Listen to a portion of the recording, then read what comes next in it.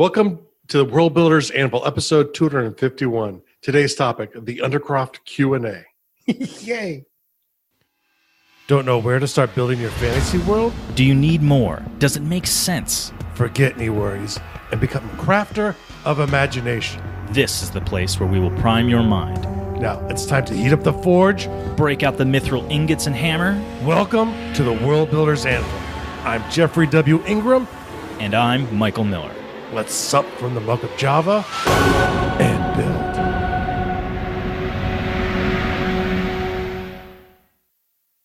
build. Okay, welcome back. As always, my name is Jeffrey W. Ingram.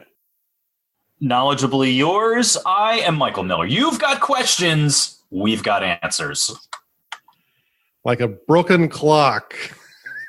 We are right. Twice a day, just twice. A day, unless we're digital. Which is unfortunately the way we record ourselves, and then we're just blank. Yeah, then just blank clock face. Which apparently is how my new episodes were released the last 2 weeks. What?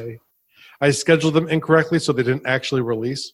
I have listened to the past 2 episodes and didn't have any issues. I just Monday, James from the Undercroft, thankfully, contacted me because I forgot to put one on the website, so he couldn't listen to it at all. And so if you went to it through the website 2 weeks ago, you could hear it. But like Monday morning, like early Monday morning, I published 2 episodes. So for the people who missed out a little bit, I apologize. Now, this show was actually a surprise to me. I did not know, as is the pattern, I should not be surprised.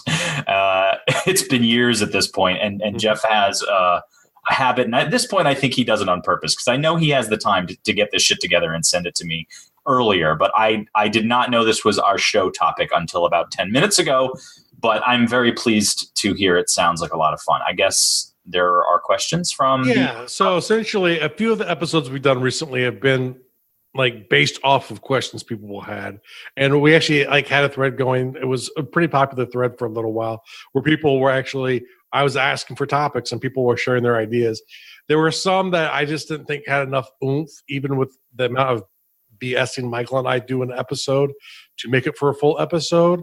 Or we've kind of covered it before, and there were maybe some angles I wanted to talk about, but I didn't want to go all over it again. So okay, so you this was misleading. I thought this was going to be like questions about us. This is world building questions. I thought we were doing a personalized, so a very special World Builders Anvil, like an afternoon. No, they'd have to pay for that. Today's afternoon, it's too exquisite to give away. Saturday afternoon special, like meet your world builders sort of thing. No. Oh, well, all right then. So what do we got? Okay. So the first question comes from Lee. And Lee wants to he had a couple questions. How to design a high magic world without creating magical superheroes. Oh, I remember this conversation. Yeah, you were involved in the thread, and we've actually talked about this via email, I believe, for a couple months. But hey, I didn't let him know. So it is defense of the show notes, so I did. We're talking about this today, but that's, he got those minutes ago. But and I can see the worry here. And this is kind of, I think, a thing where even if it's not high magic, sometimes heroes have a way of really, like, how many Schwarzenegger action characters really weren't superheroes? I mean, come on. It's like just some of the things, if you are so much more exceptional than the people around you, it kind of becomes comic booky to me, irregardless if magic's involved or not. Yeah, watch the movie Commando. There's no way that he is not a superhero or a magic user in that movie. He might actually be a magical superhero. Well, the stuff that he pulls off in that movie is just so action hero ridiculous, over the top, and it's one of those movies. It was a colossal hit, and I realize we're getting a little off subject, but I see it on subject, because the question is, how do you do it and not have that happen? So So we'll go to Michael the Avatar here and say, Mike, what do you think sort of crosses that line to make something become superhero? Okay, you're asking me a question I wasn't prepared to answer. I did have something to go with, but I'll shoot for that. So what crosses the line? Like what makes it superhero-y or super magical? Is that either way? I would say once you start dealing with something that either doesn't it could break the rules of your world, or at least really bend the laws of reality that you've established for the story. Once you start getting to the point where you have a particular character that's doing something that no other character can justifiably do with the resources they have available to them, I think at that point you're talking magic superhero. And that's what we're going to call this magic superhero. It could be magic, it could be superhero, it could be both. But that's the terminology I'm going to go with from here on forward. Magic. I think what his point was, he didn't want to have a wizard that felt like a superhero, and so he called it magic superhero. So I just kind of kept the terminology. So I'm hoping we get that right, or the whole context of this will be wrong. Oh, I like it. Like I'm running with it. For me, it's like when it becomes a limit to where very few people can do really exceptional things that don't make sense. Even in a high magic world, they're going to feel like superheroes. It's the disparity of power.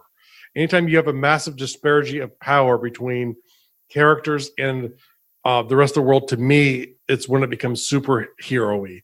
Like, Batman doesn't use magic, but he could go into like a room of 20 guys and beat them all up and maybe get like punched once.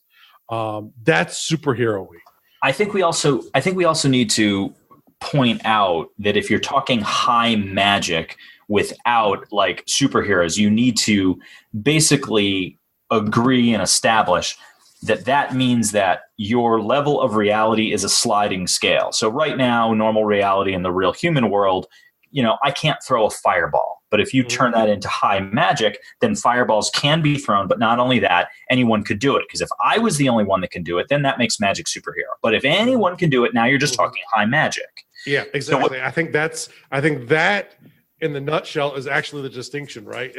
It's who has access. If it's one, or like the hero and the villain, or are at such a higher level than everyone else, they become superhero-y irregardless of the magic level. And I think that you also need to establish, in a nutshell, for me, what prevents these things from occurring to a disparaging degree, either in a game or in a story, is limitation. And I've said it before, I'll say it again and again. It's one of my favorite phrases: limitation breeds creativity. So it's easy when you have no limits. You're like, oh, I can do anything. But then you're like, oh, I can do anything. So I find limits are very beneficial, especially if you're talking about a magic system or a world where you want to have. The only way that story that you just said would be interesting to me personally, and I'm not a person where I like even superhero stuff where it's like Superman, right? And he's so much more powerful than the average person. It becomes boring. There's very few types of things that you can pit up against him as a bad guy. So like the battles and the stuff like that, to me, become boring. The interesting thing when you have really powerful characters, and this is actually like one of the reasons why, if you, I think it was called the Tested Twins trilogy or the Twins trilogy. It was Dragonlance right after the original books came out, and it was about Razlan and his brother. And Razlan was trying to become a god, and he because that's what you do because he was evil at that point, and he wanted to destroy the world and remake it good, essentially. And he had the ability. Spoiler alert: he had the ability to achieve that. But the thing that made the story interesting wasn't his ability to do all of the magic; it was his internal debate. And the thing that stopped him was him. He chose not to finish his quest. He chose to back off. He saw what the result would have really ended up being, which is at first accomplishing a good thing through evil means.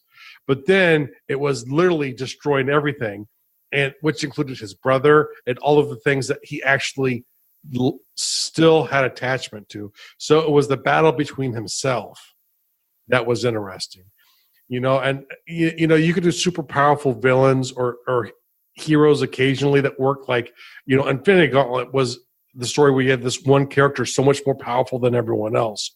But I don't think you can get there and not have it feel superhero-y to people who know superheroes. Maybe people who don't know superheroes wouldn't think that way, but it's hard once you elevate a few people's power or one person's power so much higher than everyone else's.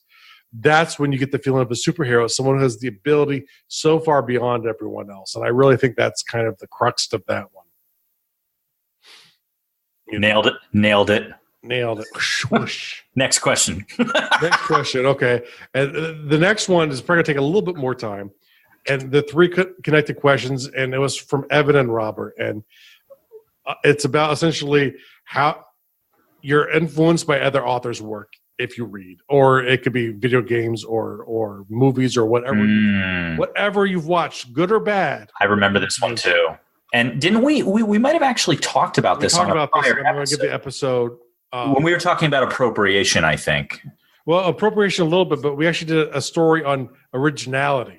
And I think that's really heavily tied into this question. But definitely, at what point does it become yours? And, the devil's in the details, really.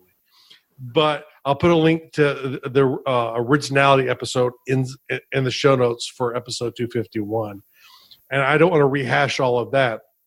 But, the thing is, if you're influenced by other authors, and you have to be, good or bad, like it or dislike it, you are influenced by everything that passes through you. So do you mean like nachos? Nachos, like burritos? Those lots of burritos pass through me, and I got to tell you, they leave their mark. They do, but everything does, whether it's through your eyes or any of your senses. However things interact with you, they influence you. And so, and there's a lot of concern over it being too similar or even worse, plagiarism. And just right off the bat, plagiarism is a simple one, right? It's when you say, oh, I really like the way they fought. I'm going to copy this part of their chapter. And I'm going to change the names of a couple people. You're literally just copying the work. That's what plagiarism is. I was about to say, adding is a little different. Let's take that definition of plagiarism. Yeah, let's take that. Let's take that literal for a second. I'm going to write.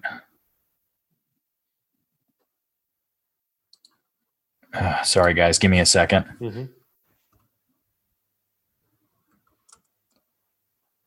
Legal definition of plagiarize or plagiarism.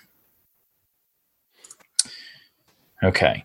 The act of appropriating the literary composition of another author or excerpts ideas or passages therefrom, and passing the material off as your own creation. Plagiarism is theft of another person's writing or ideas. Plagiarism is not a legal term. No. However, is often used in lawsuits. Yeah, because if you plagiarize a copyrighted material, they're going to try and make the argument that you've infringed their copyright. I was about to say this next thing says plagiarism. Plagiarism is not itself a crime, but can constitute copyright infringement in academia and industry. It is a serious ethical offense. Yeah. So, academia will ruin you. If you're a journalist, a journalist for one of the big video game sites recently got busted for plagiarizing someone's review of a video game. Really? And, and it was like a small YouTuber. He just kind of the accusation, and I don't know all the details, was that and from the evidence that was shown out of context from what I saw it looked like he kind of took certain parts and literally did the exact same language. I mean, literally the exact same language. Same wording and everything. But, changing a few words does not count. The thing is, if the idea it's quick paced and, there's a lot of action up front and then it slows down and there's tension and then, the patterns of it are fine. It's like for a long time, music was really interesting because You could copy. Just going to get into that. You can copy musical sounds and rhythms and stuff like that. It's the lyrics that are copyrighted. And that's kind of changed more recently. Some lawsuits have kind of maybe changed the definition there a little bit. But the idea is you're not inventing sound when you're making music. It's the lyrics and the use of the lyrics with the music that make a copyrighted material. Yeah, but songs can be copyrighted as well, not just the lyrics, but music. They tried up until very recently. It's never been upheld in court. I don't think you are right at all. There are plenty of songs that I can straight up name that have lawsuits that were won based on melody, not based on lyrics. That's only started happening probably in the past 20 years. Well, that I would agree with. Before that, it was like jazz music is built off of this idea of standards. You listen to jazz musicians, a lot of times it will sound exactly the same. And because it's the same type of standard they're using to create the rhythm. And I'd argue that those lawsuits where I am wrong legally speaking, it's bogus. They're not creating new sounds. They're playing off of a mathematical formula in your head with sounds. And now I agree. It's like some of those cases, and I know some of those cases, like the Vanilla Ice case, it was a ripoff. But the thing was, it should have been okay. By definition, but that was, I think, the first one where they kind of went against for rhythm alone, and so technically I'm wrong in my argument, and I do concede that fact. But the idea is it's when you copy something, plagiarism. So I should probably get back on point instead of. Well, I was going to say there's a couple things that I would like to say about this. If you want to, of course you can. I'm not wrapping it up. Well, I know. I just wanted you. I didn't want to cut off your thought if you were in mid thought there. So, but to do it, you cut off my thought to tell me you didn't want to do it. That's wonderful. Well, that happens from time to time. And besides, I usually have more important things to say. That's how the show works. Anyway. So that's why I want to get finished first. So there's a couple of things. Like one, you have to understand that as an artist, especially when it comes to copyright law, it is on the onus of the creator to defend their work. So you can create a thing, and someone else can come along, write or musically create something that is identical. It's up to you to take them to court. The law will not go, oh, hey, wait a minute. Jeff wrote that song first, Michael, so you have to pay him royalties because that's exactly the same song that he wrote. No, it's up to me and a team of lawyers to go, Jeff, we're going to court. I wrote that song first. And it's the same thing with writing. So it's not, no one's going to go, oh, no, wait, he wrote that. Mm-hmm. It's up to the creator to defend it and, create. But I would say the better ethical thing is don't take a portion or an entirety of someone's work. Try and tweak the language to make it work for you. It's okay. It's like a lot of times when I'm doing podcast episodes, I go to several different places just to get inspiration. But then I make it. I sit down and I think, okay, this is what I think is important from the angle I'm going to talk from. That was the next thing I was going to get to is the. And if I'm borrowing heavy, I always try and give credit. Now, I might not be perfect with that, but I do try and say, hey, I got this from Wikipedia or I got this from there. But that's only when I'm heavily borrowing something. A lot of times I like to kind of look at a whole bunch of people's ideas that I agree with and don't and sit there and go, okay, this is the angle I'm coming at. What do I think makes sense here? Or a lot of times for the world building stuff, it's really more just like how I've done it. So, it kind of depends on the episode itself, but the thing is sometimes just the thing is to stay away from it is don't start and try and follow the structure of someone else specifically. Now, copycats are interesting. Sometimes it's actually done on purpose. If like the Hardy Boys books, because I've been doing research for NaNoWriMo on the Hardy Boys. I wanted sort of a serial mystery type of thing. And I remember those books from when I was a kid. I didn't want to set up the same way, but that idea, that sort of age group targeting was interesting to me. So I'm searching up the Hardy Boys. Those books have been written and new books keep coming out, but the books, they started to write them in the 1920s. And I don't know how many different people have written a Hardy Boys book. I believe it's always under the same author's name, because it's copyright it's like a business to create these books, but they're trying to create copycats. And from some of the criticism I've read about them is they are so formulaic that, like, you know, you can go to page 32 and look for the third paragraph and see the first clue. And I don't know if that's exactly, you know, where you'd find it, but it's like the first clue will be revealed at the same point in every book, you know, especially in the newer books. I don't know if that was quite such with the older books, but there was a formula that they created. So if you figure out what the formula is and you write in that way, you're going to create copycat fiction. People will accuse you of that. If you're not using the same names and places, I don't know if they can go after you. But the thing is, create your own structure. You know, I mean, just come up with your own story. Figure out how far in do you want to increase tension? How far in do you want to introduce this or introduce that? You know, for me, it's not the same in every book. You know, and it should be flavored by the story you're telling. And if you always keep the story in mind when you're putting something together, you know that somewhere between halfway and, you know, near the very end is when the climax is going to happen based on every story. A thriller will typically not have a climax until right near the very end. More traditional drama, it's like literally the middle of the book is when the climax would happen. And so it kind of varies somewhere between, and some like movie thrillers, literally you have the climax and they like cut to black. And that usually annoys people like me when I watch it. I like a little resolution at the end. And from what I've heard, it does work. And from what I've heard from Jeff's wife, his climaxes occur very early in the story. Yes, that's true. Thank you, Michael.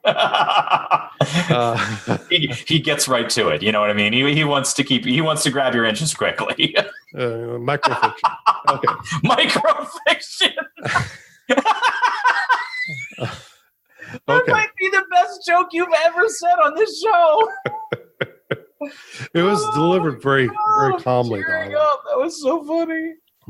That's the British humor influence on me. Oh, that was great. It really you just made my name. You really did. That was so funny. And the great thing is you can really take that joke in multiple directions, and it all really makes fun of me. That's right. Oh my gosh, that's funny. Now, you know, so copycatting really, it's trying to figure out the formula that someone's using and trying to mimic it. Like if you read R.A. Salvador's works, there's probably a similar rhythm with the way he writes. And, you know, if you try to introduce towns in the same way and you have similar types of characters, and I mean, that's where you get in the copycat. You know, hey, if you're doing fan fiction, do it. You know, and if you're learning how to write, there's nothing wrong with that. But the thing is, before you want to start releasing stuff and sharing it, you know, at least, you know, from a monetary standpoint, you know, you have to develop your own style. You only get that through practice. So if you're worried that you're copycatting people, write another book. That's how I would solve that one, because over time, certain things that they do, even though you might like reading it, you might not like writing it, and it's going to morph and it's going to become your own just in practice. And there's something that, I mean, we've mentioned it so many times in this show.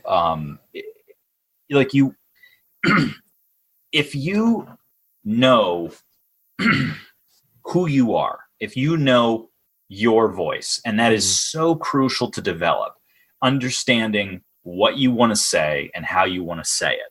If you've got that down, it almost doesn't matter what you write, because even if you are, you know, borrowing from other things or emulating because you want to pay homage to something, because it's coming through your filter, it's not going to feel identical to somebody else's work. It's not going to seem like you're copying something else. And I'm not saying, hey, it's okay to copy as long as you have your own voice. But what is going to happen is, just like Jeff said earlier, about being influenced and having stuff leave a mark on you, you know, as you read stuff, as you play games, as you know, watch movies and are exposed to different fictions. Familiar themes are going to come through in your work. You might write something and then after the fact realize, oh my gosh, that's so much like this trilogy that I read 10 years ago. I completely forgot. Or, oh man, this theme right here, it's just like this relationship in Ender's Game, or you know what I mean? But because it's coming through your voice, it's not going to seem like you're ripping somebody off. And you shouldn't feel like you are ripping somebody off, especially if you came up with it on your own. And some people do really great art by doing this on purpose. It's like, and I don't know if they still do it, because I don't think I've had the time to see every South Park episode, but they would systematically, a lot of the entire plots of their stories were taken from fiction, or real life stories that they know of. Yeah. And a lot of times they'd have specific scenes. They would take the same scene and do it out of context.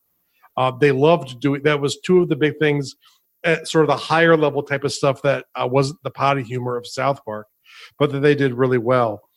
There's nothing wrong with paying homage. I think the thing you have to be worried about though, like if you want to throw like out, the name of like the character itself, I would approach the person first and say, I'm not going to use the character, but I have a town named this. Do you mind? I would ask. That's me. I don't know legally. We're not lawyers, so there's no legal advice here. So, if you don't want to take that chance or you don't want to do it, but the thing is, there are Easter eggs in every fiction, right?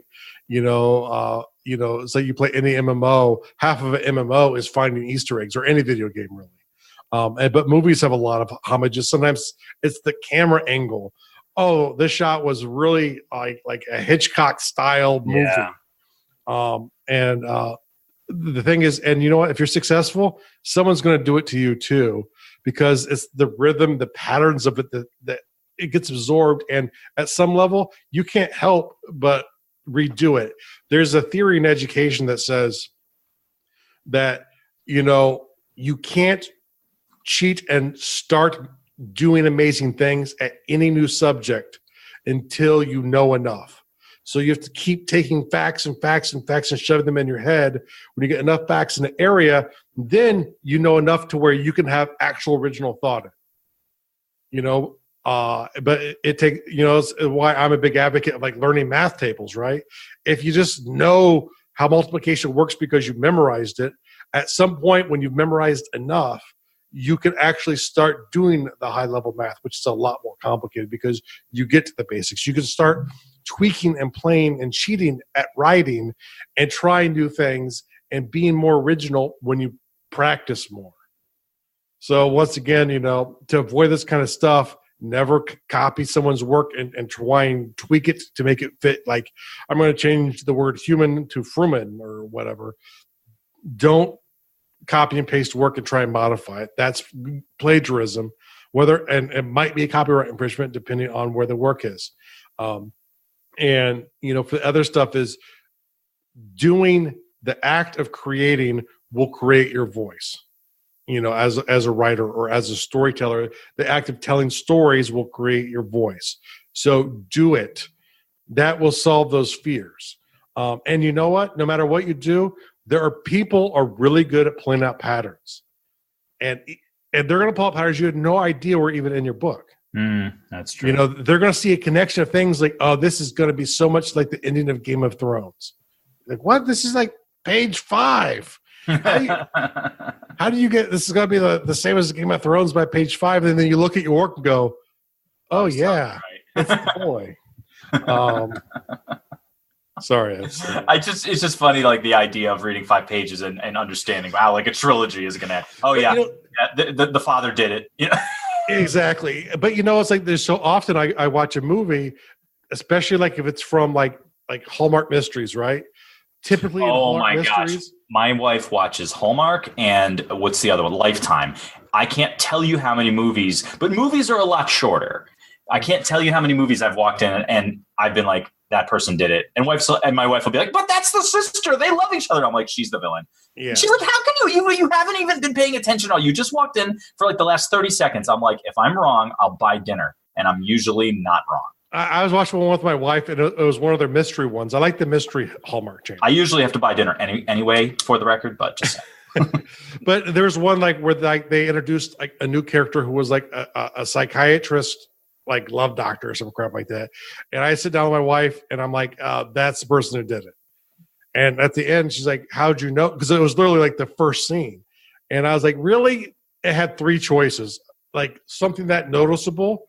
It was either going to be the victim, they weren't dead, someone had already died, so I knew they weren't the victim.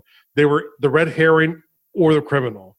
And really, probably 50 minutes in, you knew that they were the person who did it anyway, because the red herring was kind of already put out there. But, it's like you get used to the rhythm of things. And some people are really exceptional at finding really obscure patterns. And so the more your work gets out there, the more people are likely to be able to do that. So, hooray. Now, okay, moving on to the next one. And really, there's not, this might be from the same people. I don't know. There's no one listed here. It says, does seeing similar ideas, constructs, characters, deities, cultures, paralleled and separate worlds bother you? So I apologize to whoever came up with this one. I did not put your name down. Say it again, because I think I got lost in the sauce. Okay. Do seeing similar structures or similar ideas, and by those they mean constructs, characters, deities, or cultures, parallel on separate worlds bother you? So that'd be like if I create a fiction and I have like Greek mythology, actual Greek mythology happening on another world. Oh, I see. Okay. I didn't know. By the way you worded it, I thought you might mean within the same fiction, different like gods or world fates on multiple planets within the same fiction that were not real world. Like, and I'm like, I think it could also be that too, right? Well, I don't think so, because you figure, especially, yeah, but my reference is simply you stretch out, continents to planets. So if you've got a faith system and or gods, as people do have space travel, then they're going to take those faith thoughts with them to other planets. So I think he means sort of more before you have contact. So like if you travel to another world and, personally, I've completely taken in a period of time of Rome, and I've modified it a little bit, but in general, it really is parallel to the Rome on Earth. And I talked about this a little bit in the last episode. So obviously, I don't have an issue with it. It depends on how it's delivered and why. And I don't know if I'll ever even share out to the masses why. I know exactly why, but and I think I did in the last episode. I actually think you did in the last episode. So you might have to go back and listen to the last episode to get the truth there. Yeah. Finish the statement, or what we're laughing about makes no sense. Yeah, it depends on why it's happening.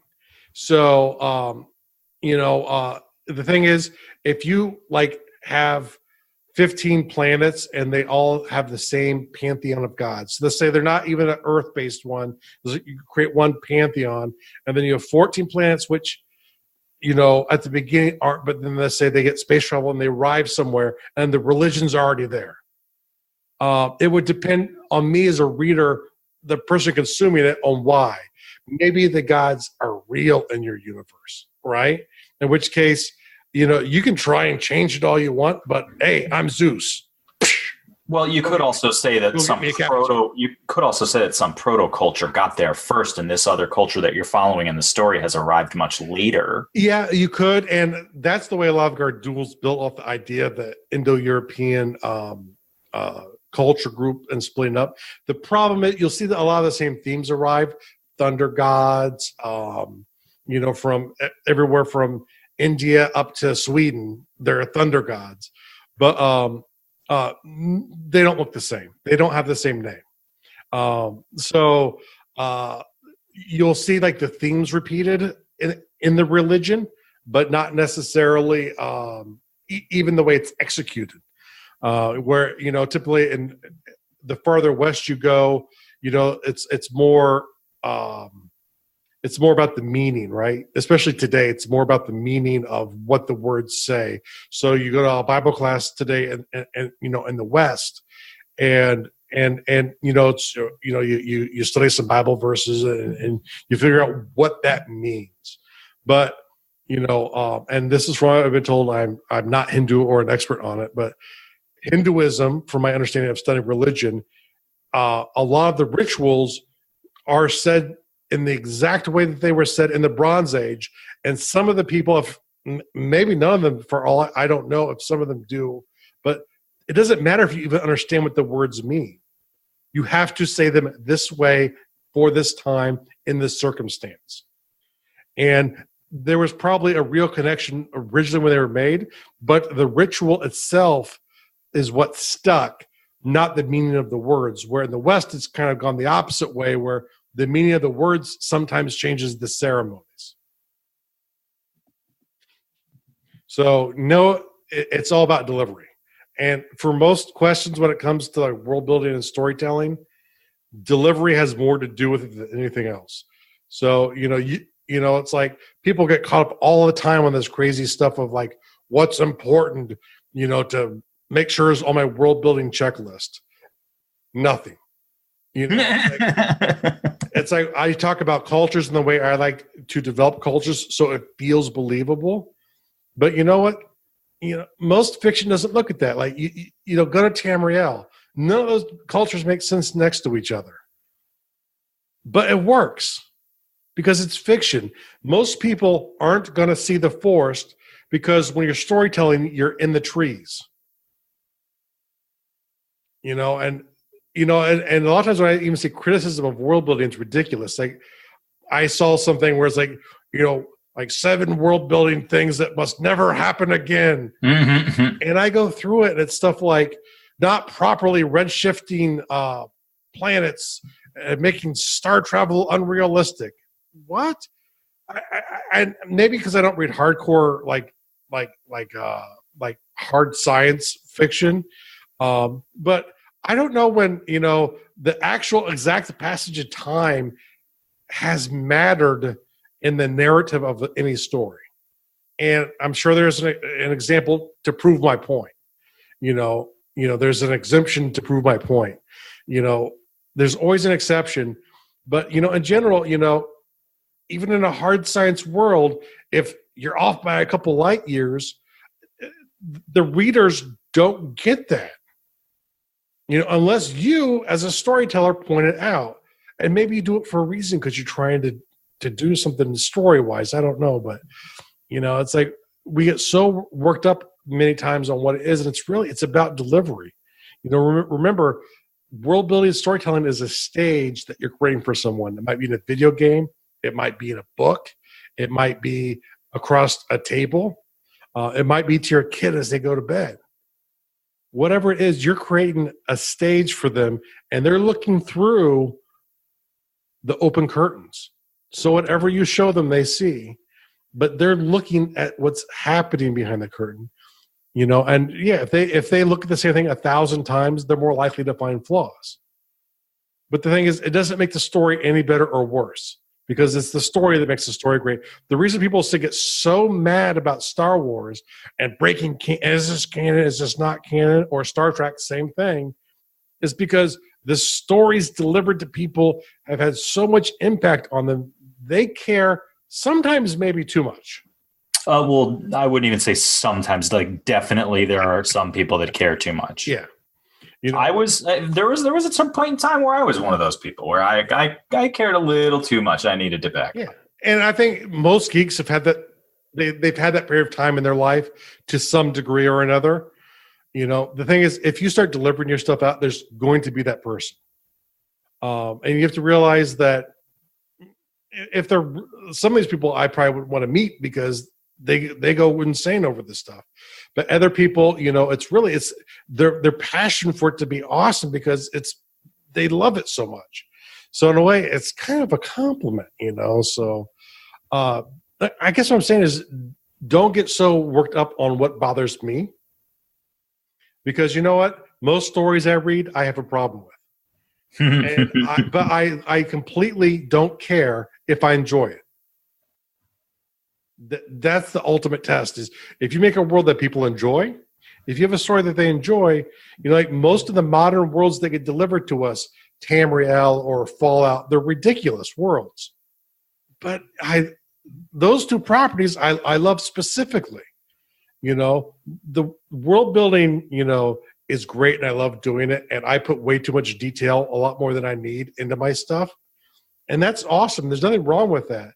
But the thing is, when it comes to delivering it, as long as I'm not trying to churn out an encyclopedia, instead of a novel, if the story is engaging and they get enough out of it, they do. So I guess that is the end of the It's kind of a little sermon-y there at the end. So That's okay. I thought you had a lot of good points, so that's why I didn't interrupt. I feel like it was one-sided for a while there, but that's okay. that's okay. It's tough to top perfection. It is hard, but you keep trying.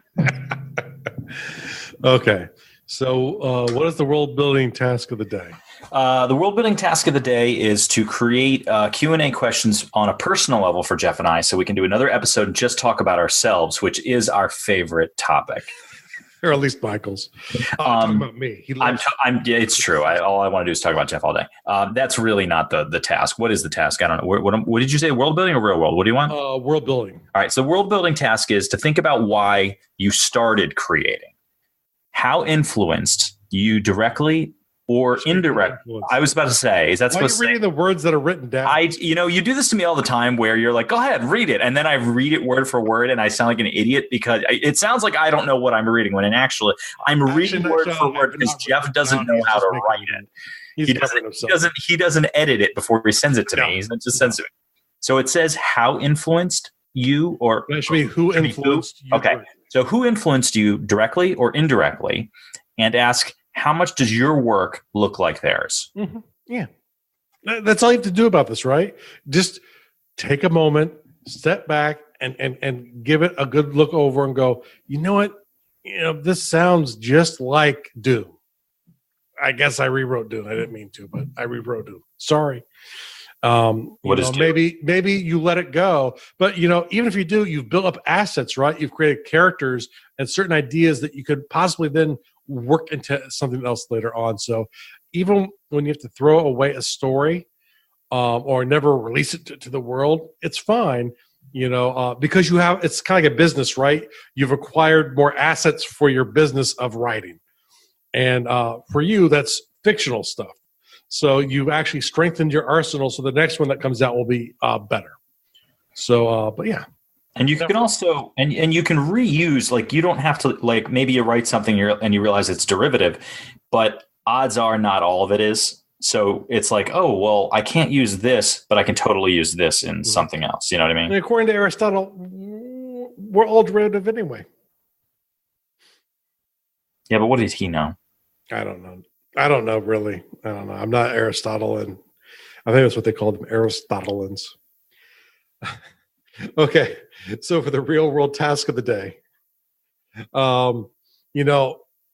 maybe you've thought about, you want to start world building because you want to share stories with people, or maybe you're a world builder and you spent too much time in Reddit and you're like, I think everything I'm doing is wrong. I don't know. Should I put a tundra next to a desert? I don't know what I should do. I just don't know. It's okay. Go to howtoworldbuild.com. Sign up. There's a free course there. It'll tell you a little bit about you and how your personality will influence world building, and then show you how simple world building is.